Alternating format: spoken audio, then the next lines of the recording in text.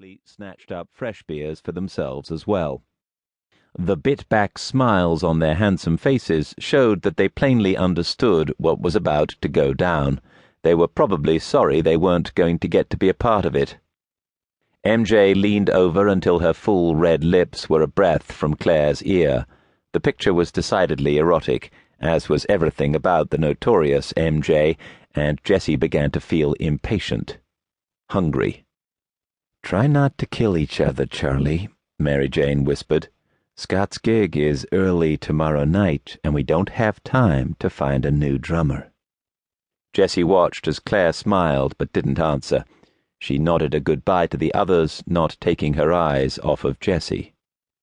Mary Jane and both of the men left the room without another word. Jesse Graves waited until he heard his front door open and close again before he unfolded his arms and placed his hands palm down on the table.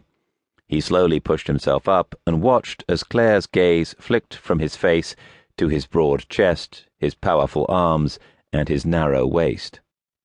He could see the nervous anticipation flash through her beautiful eyes. It was there one moment and seemingly gone in the next. She was good at hiding it, but he was good at reading her. "Little white girl comes into a black man's home and shows him disrespect." His tone was low and deceptively calm as he began to move around the table between them. "You don't really think he can stand for that, do you?" Claire began to stand as well, and Jessie watched as each of her muscles tensed, her lithe, strong body slipping effortlessly into fight mode. "Oh, come on, Jessie," she taunted softly, cocking her head to one side. "It's not like you have time for the little things these days," she grinned, flashing her perfect white teeth. "After all, don't you have a country to run, Mr. President?" Jessie blinked.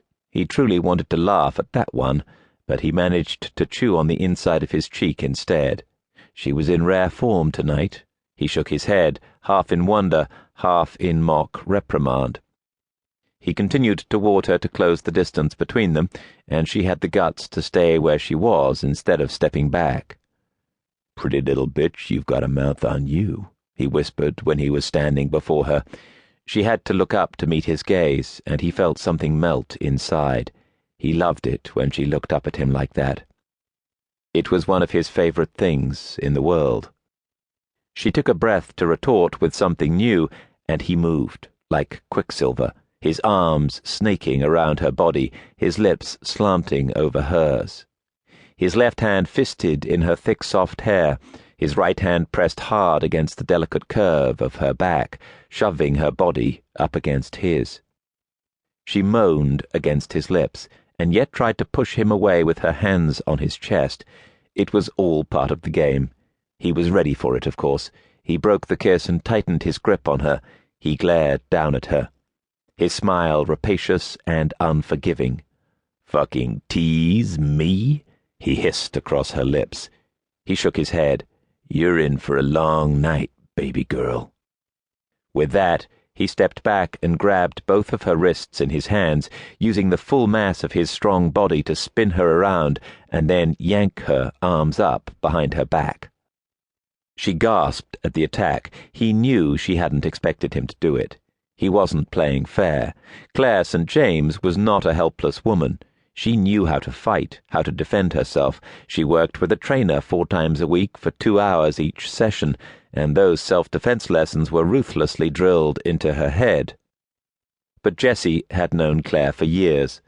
They were best friends, with benefits, and at this point he knew instinctively when she needed something more than their normal friendly saber-rattling. Tonight was one of those nights. Claire was hurting inside. He could sense it.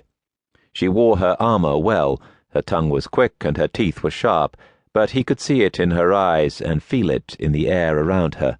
He intended to help her work it out, if it took all night. This attack position was the one position that Claire had not yet learned how to get out of.